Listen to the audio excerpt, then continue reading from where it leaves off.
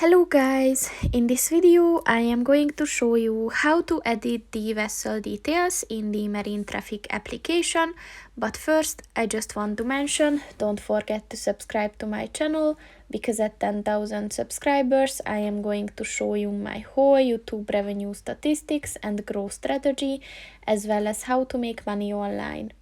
Let's jump into it. First of all, open the application on your phone. And then click on the three lines at the top of the page on the right.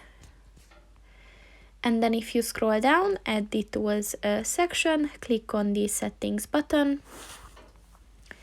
And then if you scroll down, click on the performance button.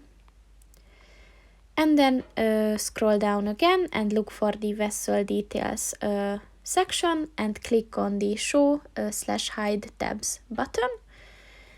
So here you can set if you want to show or hide different vessel tabs. So if you, for example, if you want to hide coverage and timeline, then just click on that.